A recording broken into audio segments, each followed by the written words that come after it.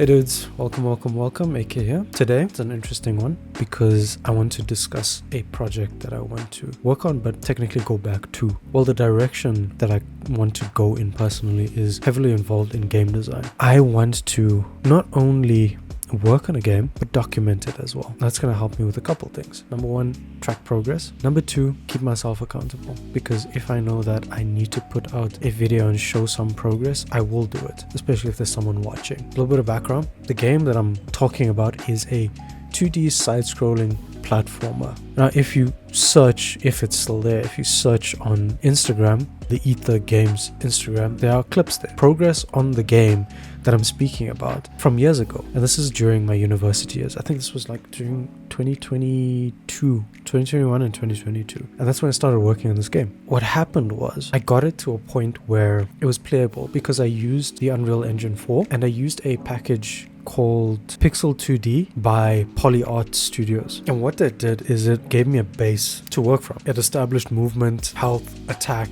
a whole bunch of different things. Basically, it set up the fundamentals for a 2D platformer. First of all, and it's not that straightforward. You're gonna need to dismantle it and make it work for yourself, and that's what I had to do. I really had to get in there, learn the engine. It's not a plug and play solution. Trust me. You're gonna see that now when we do it again, right? I first, managed to create my own characters digitally and then put them in. The initial art style was actually a pixel platformer. It was supposed to be that pixel art type of situation, and so I did that, and it kind of evolved with different mechanics and the levels being designed and the characters being designed. And then somewhere along the line I realized that the pixel platformer genre was quite saturated, and so I thought, let me try and put my own spin, artistic spin on it. And I went in and I designed by hand these elements, and I came up with a really cool art style. It really set the foundation of the kind of atmosphere I wanted for the player to have while they played the game, and that was a very lo-fi aesthetic, simplified graphics, vector art, that sort of thing. And that developed further as well. We were all working on a final year project and it was super stressful, and we had to put together an entire system. Maybe I'll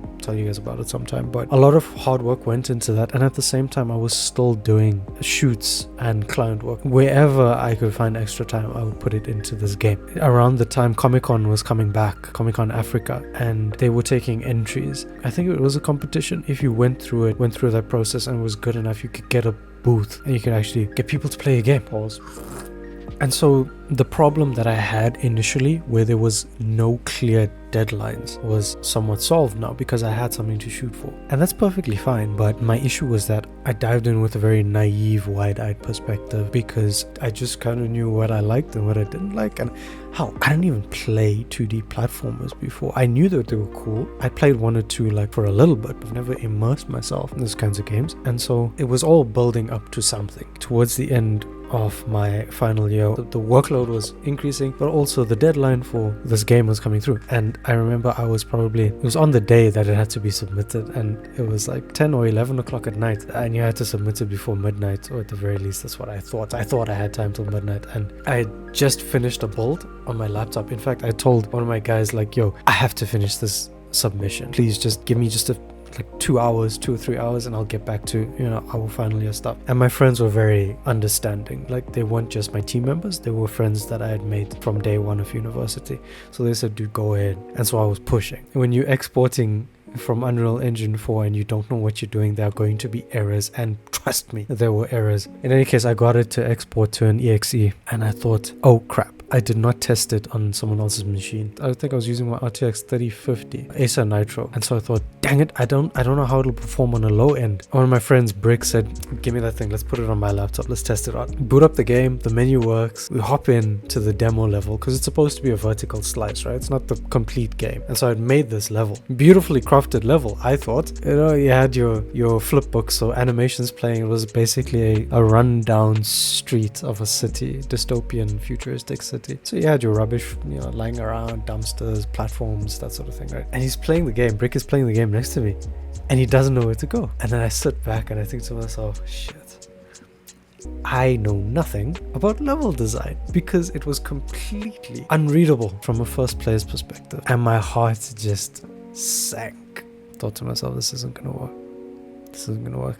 In any case, I showed him what to do, where to go, and he commented on some of the things, and I knew this thing was incomplete. Zipped it up and uploaded it. Never heard back from Comic-Con obviously, because it was a crap submission. It really was. And I got so defeated by that I left that game. I left it for like 2 years, man. No lie. I was just so fed up. I put so much work into it. I mean, it was so difficult to just to first of all decipher the package, the Pixel 2D package that I got, trying to figure out how it works. And luckily I have some background in programming, specifically in C++, because that was the first couple of years of my of university, and so I understood programming, but I leaned heavily into the blueprint side of Unreal Engine. I just left it because it kind of broke my heart. But to be fair, I did that myself. I think hindsight is 2020. I think there's a lot of things that I could have done differently, but it was always at the back of my mind because I love game design.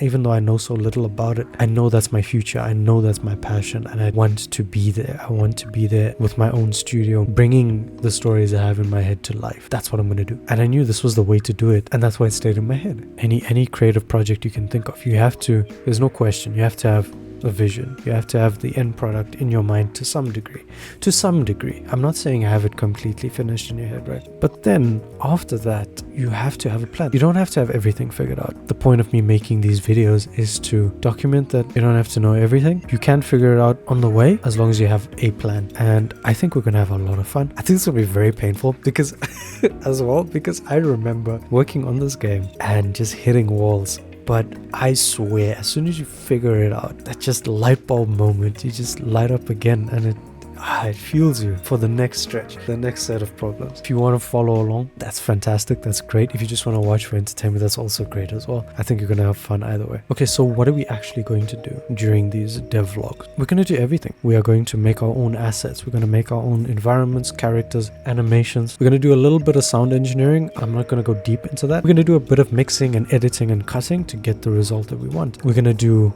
UI stuff, the menus. That's what's going to happen. I'm going to try and try and upload these videos as often as I can. I will establish a good schedule for uploading, but these aren't just update videos. I'm going to take you along. I'm really excited to do this again, to come back for round 2. We come with an end product that we really like. Where do I stand now? Right now there is something there. There's something playable, but it is in Unreal Engine 4. I do want to work in Unreal Engine 5, and it just so happens that Poly Art Studios, the guys that make the plugin for the platform I'm talking about, extended it to Unreal Engine 5. So we're starting from zero. I think I'm going to have to go back and refer to some old Udemy videos that I have for source control and stuff to just set the project up. But I mean, if there's any questions you guys have, you drop it in the comments and I'll try and figure it out with you. But that's where we're going to end up. Unreal Engine 5 2D side-scrolling platformer. But I'm excited, guys.